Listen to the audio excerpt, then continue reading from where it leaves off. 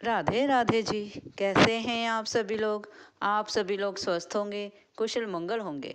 आप सभी के स्वास्थ्य और कुशल मंगल की कामना मैं ईश्वर से करती हूँ कि आप सभी लोग स्वस्थ रहें और कुशल मंगल रहें। आज हम बात करते हैं एक सुनार की और एक राजा की। एक बार राजा भ्रमण के लिए गांव में निकला।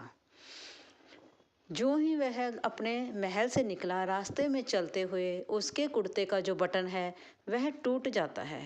वो तो एक राजा है। जब कुर्ते का बटन टूटा तो स्वाभाविक सी बात है कि वो आम बटन तो होगा नहीं। उसके कुर्ते के सोने के बटन टूट गए और उसने राजा ने मंत्री से पूछा, हे मंत्री, हमारे राज्य में कोई ऐसा सुनार होगा जो मेरे कुर्ते का बटन ठीक कर दे? मंत्री ने पता लगाया और कहा, हाँ राजन, एक सुनार है जो आपके कुर्ते का बटन ठीक कर देगा। इतना कहते हुए उस सुनार को राजा के सामने पेश कर दिया गया। जब सुनार राजा के सामने आया तो राजा ने उसे अपना कुर्ते का बटन जो है वह ठीक करने के लिए कहा। और सुनार के लिए तो छोटी सी बात थी। उसने वह कुर्ते का बटन ठीक किया और राजा को कुर्ते में लगा के दे दिया। राजा बहुत प्रसन्न हुआ। राजा ने कहा, बोलो सुनार, तुम्हें क्या चाहिए? तुम्हारे कितने पैसे हुए? सुनार ने सोचा कि क्या मैं राजा से पैसे मांगूंगा? सोना तो राजा का था, मेरी तो मजदूरी है सिर्फ। मैं क्या 1-2 रुपए मांगूंगा? अगर मैं राजा से 2 रुपए मांगता हूँ, कहीं राजा को अगर ज़्यादा लगे तो वह मुझे सजा का हुक्म दे देगा कि जब मुझसे 2 रुपए मांग सकता है, आम जनता से ना जाने कितने पैसे मांगता होगा। इतना सोचकर जो है वह सुनार थोड़ा चुप रह जाता है। राजा फिर पूछता है, बताओ सुनार, तुम्हारे कितने पैसे हुए? तुम्हारे कितने पैसे दे दूं? तब जो सुनार है वह कहता है, राजन, छोटा सा काम था जो मैंने कर दिया। सोना आपका था, मेरा तो कुछ भी नहीं लगा। मेरी तो सिर्फ मेहनत लगी है। जो आपको स्वाभाविक लगे, जो आपको ठीक लगे, वह मजदूरी मुझे दे दीजिए। राजा जो है वह सुनार की बात सुनकर प्रसन्न होता है और मंत्री को हुक्म देता है, हे मंत्री, इसके नाम 2 गांव कर दो। मंत्री जो है उस सुनार को 2 गांव दे देता है और सुनार सोचता है, कहाँ तो मैं 2 रुपए मांगने की सोच रहा था, कहाँ राजा ने मुझे 2 गांव दे दिए। राजा भी अद्भुत होते हैं। जितनी उनके पास क्षमता होती है उससे भी कहीं बढ़ चढ़ कर उसने दे दिया।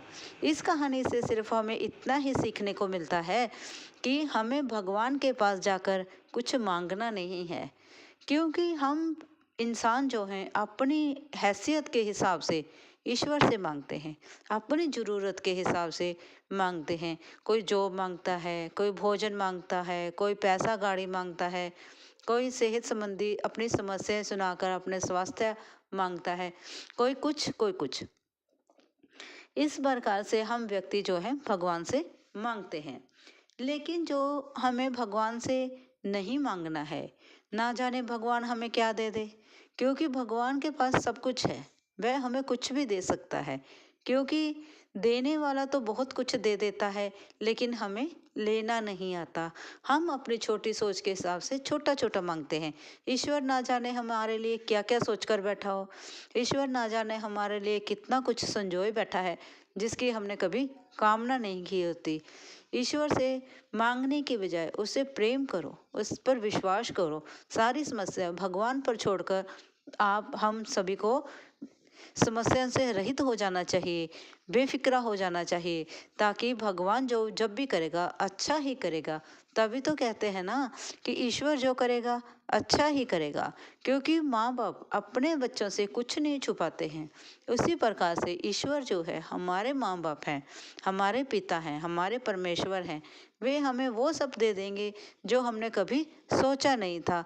सिर्फ समय की देर है, समय आने की बात है। समय आने पर हमें वो सब कुछ मिल जाता है जिसकी हमने कभी कामना नहीं की होती। यह मैंने ज़िंदगी का मेरा एक तजुर्बा है कि भगवान हमें वे देता है जिसकी हमें कभी सोचा नहीं होता और वह काम मिनटों में हो जाते हैं जो हमने कभी सोचे नहीं होते। कुछ कार्य ऐसे होते हैं जो हम सोचते हैं कि शायद हमारी ज़िंदगी में कभी होंगे ही नहीं, लेकिन ईश्वर की मर्जी, मिनटों में वह कार्य संपन्न हो जाते हैं, हमें पता ही नहीं चलता। इस प्रकार से हमें भगवान से प्रेम और श्रद्धा और विश्वास करना चाहिए। उनसे उनके ऊपर भरोसा रखो, वह सब कुछ देंगे। स्वस्थ रहें, खुश रहें, मस्त रहें। और अगर आपको यह इतनी सी छोटी छोटी लघु कथाएं मेरी मज़ेदार लगती हों, प्लीज़ लाइक और सब्सक्राइब भी ज़रूर करें और प्रेम से बोलें राधे राधे, राधे राधे।